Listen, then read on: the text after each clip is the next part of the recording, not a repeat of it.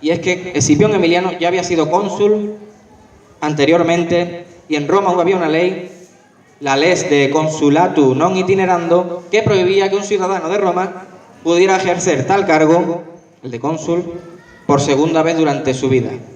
Pues bien, ¿qué sucedió? Pues sucedió, y sorprendentemente, que Escipión Emiliano recibió un nuevo consulado. Y lo recibió porque los tribunos de la plebe, ante la tesitura que se estaba viviendo y ante el hecho de no saber cómo vencer a Numancia, decidieron suprimir esa ley, al menos por aquel año, para que Escipión Emiliano pudiera combatir en Hispania. Estos hechos, como digo, para mí eran sorprendentes.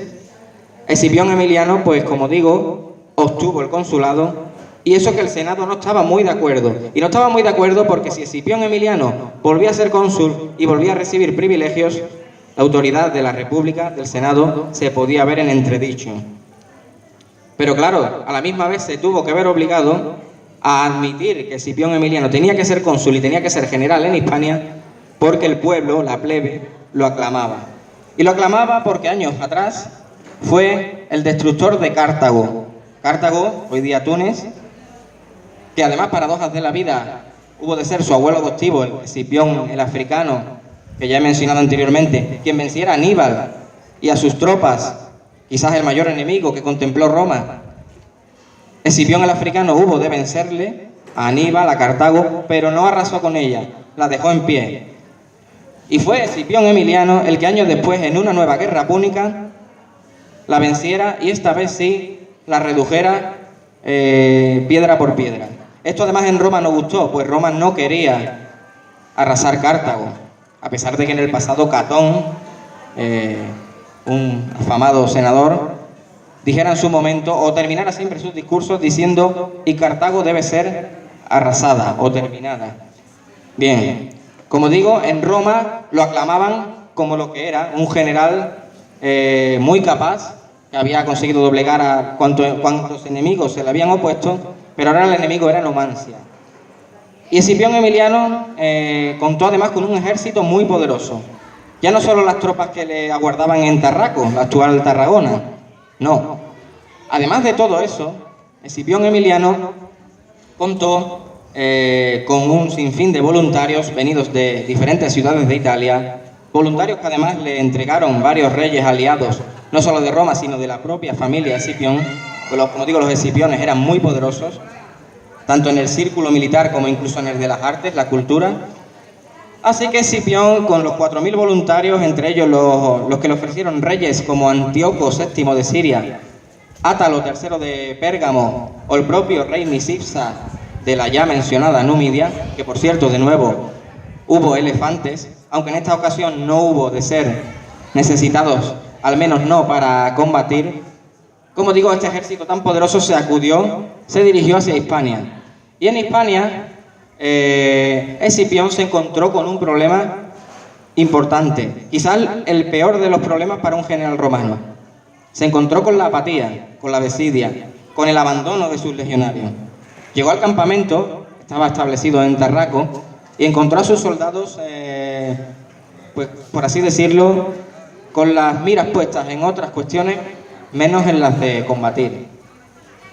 ¿Qué hizo Escipión? Pues actuó con contundencia. Expulsó prostitutas, expulsó mercaderes y expulsó adivinos. No solo eso, racionó la comida de sus soldados a carne hervida o cocida. Quiso dar ejemplo él mismo, pues como digo, era un general muy férreo en sus principios y fue el primero en dormir en un lecho de hierba, para dar ejemplo, como digo. Marchaba junto a sus hombres a pie, marchas continuas y prolongadas, y no pudo faltar el entrenamiento diario. Un duro entrenamiento que hizo que sus tropas pasaran de la desidia a la disciplina absoluta. Ahora sí podía combatir en la Celtiberia, ahora contaba con un ejército de garantías. Así que cuando llegó el verano, acudió a la Celtiberia. Y aún así, y no deja de sorprender la capacidad que tenían celtíberos, numantinos y, como digo, también segedenses. Tal es así que los numantinos siguieron atacando. No les importaba que el ejército enemigo fuera muy superior, sabían que o atacaban o caerían derrotados, Pero aún así, aún atacando, Escipión era un general diferente y supo bloquear cada ataque y pudo llegar al invierno y pudo llevar a cabo su plan, su ingenioso plan, el que hizo que Numancia, por desgracia, cayera. Su plan era el siguiente, y ahí lo estáis viendo. Era un temido cerco alrededor de la ciudad con 7 campamentos defensivos. Al norte, el de Castillejo, era el que ocupaba Escipión. En Peñarredonda, al sureste, su hermanastro, Quinto Fabio Máximo Emiliano. Entre todos esos campamentos, además, había muchas celebridades de la Roma de la época. Pues, como digo, Escipión era tan popular que no podían faltar entre su compañía grandes políticos, grandes historiadores. Se menciona que es posible que estuviera Polibio. Lo que sí es seguro es que estuvo Rutilio Rufo, Sempronio Aselión, gente con jerarquía, como digo, por así decirlo, eran celebridades, como digo, en Roma. Además hubo poetas, Lucilio, una camaradería, como digo, muy amplia. Estuvo uno de los Gracos, Cayo Sempronio Graco. En definitiva, un ejército muy poderoso.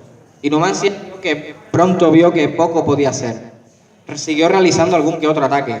Pero como digo, Escipión era un general diferente, un general que supo atajar de raíz este problema tan grave que tuvo Roma durante 20 años, 2 décadas, quitando años de tregua de paz, que fue Numancia, que fue también la Celtiberia. Y entre esos campamentos, pues, y ahí podéis ver la muralla que construyeron, sus legiones dejaron la espada en la vaina, la dejaron envainadas y se dedicaron a talar árboles, a cortar madera, a hacerse con madera para construir esa muralla, una doble muralla, precedida de un foso, precedida de empalizada y además con centenares de torreones de vigilancia. Ahí se ve, no se ve muy nítidamente, pero algunas se aprecia. Torreones de vigilancia que, por supuesto, en sus alturas siempre contenía vigías atentos a cualquier ataque, pues los numantinos no eran de quedarse encerrados entre sus muros a contemplar cómo su fin se acercaba, y lo que hacían era que de día señalizaban los ataques enemigos con banderas rojas y de noche creaban pequeñas hogueras fácilmente perceptibles para cualquiera de esos 7 campamentos. Claro, Numancia supo que el fin, como digo, se aproximaba, intentó algún ataque. Fijaos de qué manera eran tan orgullosos y tan buenos combatientes los arébacos, que cruzaron el cerco en una ocasión, a pesar de las medidas que ya había puesto Escipión. Lo cruzaron en una ocasión para pedir ayuda a las ciudades vecinas, a las ciudades de la Celtiberia, que por desgracia, evidentemente, no querían combatir ante una superioridad tan manifiesta como la que planteaba Roma, y Numancia vio que nadie la ayudaba y que ahora estaba indefensa y que estaba a manos, a merced de su enemigo. De tal manera, claro, y es evidente que Escipión no hubo ni siquiera de hacer acopio de su ejército y se limitó a ver desde su campamento, el de Castillejo, cómo la hambruna, se cebaba con Numancia y la conquistaba. Y así fue, la conquistó. Y llegó el último día de Numancia, la famosa pintura de Alejo Vera. Llegó el fin de Numancia, un auténtico infierno, no había con qué comer, se llegó a comer pieles cocidas, el pasto, el simple pasto del suelo, y en última instancia, y por desgracia, hubieron de comerse la carne de sus propios cadáveres, los cadáveres que ya poblaban la ciudad. Claro, este era el fin de Numancia. Hubo quien no pudo darse muerte, pues los numantinos, viendo su fin, decidieron darse muerte antes que ser prisioneros de Roma. Pero hubo quien no pudo, y quien no pudo fue capturado por Escipión y exhibido en un desfile triunfal que el cónsul vencedor realizó por las calles de la urbe romana. Así que, como digo, Numancia, y a mí me parece loable, decidió darse muerte e incendiar su ciudad, sus hogares, la muralla, que se vio lamida por las propias llamas, murallas que dejaron de ser de piedra, al menos por ese día, para ser murallas de fuego, y por lo tanto e irremediablemente llegó el fin. Llegó el fin de sus ciudadanos, de numantinos, de los ejerenses que al mismo inicio de la novela escaparon de su ciudad para seguir con su vida adelante, vida que en muchos casos acabó este mismo día. Llegó el fin, pero Numancia seguiría siendo recordada para la posterioridad, mediante citas, mediante el ensalzamiento. Y ahora diré lo del ensalzamiento, pues tiene también relación con esta ciudad, con Zaragoza.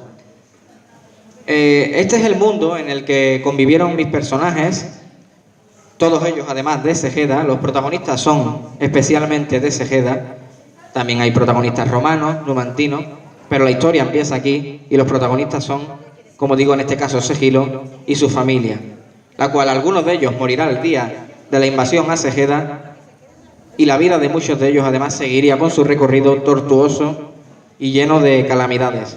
Habrá, como digo, conjuras entre las propias ciudades celtíberas, habrá traición, no solo la que hemos visto de Viriato. Así que este es el fin de Numancia, esta es la novela en sí, la vida de sus personajes, pero, como digo, sería un recuerdo imborrable en el futuro. Tito Livio, creo que aquí no tengo sí lo tengo, Tito Livio nos deja una cita, gran historiador, que dice lo siguiente: Numancia, aunque inferior en riquezas a Cartago, Capua y Corinto, respecto a valor y distinción, fue igual a todas y fue la mayor gloria de Hispania. Esta ciudad, sin murallas ni fortificaciones y situada en una prominencia en las inmediaciones de un río, con una guarnición de 4.000 celtíberos, sostuvo ella sola el ataque de un ejército de 40.000 hombres durante 11 años. Eso nos indica Tito Livio. No solo eso, sino que también logró rechazarlos fuertemente en diversas ocasiones y les hizo formar vergonzosos tratados. Finalmente, puesto que se trataba de una ciudad que no podía ser conquistada, se vieron obligados a llamar al general Escipión, que había destruido Cartago. Este fue el fin de Numancia, como digo, ejemplar para muchos. Tal es así que en la propia Zaragoza se puede mostrar un ejemplo de lo que fue la misma resistencia numantina durante la Guerra de la Independencia, cuando Zaragoza resistió al mariscal Lanz, a las fuerzas del temido por aquel entonces, y de eso no hace mucho, ejército imperial francés. Zaragoza resistió, y yo al menos he visto en ese acto y en otros actos que han sucedido en España, como en la propia Cádiz, también con respecto a lo que es la resistencia, un ejemplo claro de lo que fue Numancia en el futuro no solo de la Celtiberia, sino también de toda Hispania. Muchas gracias.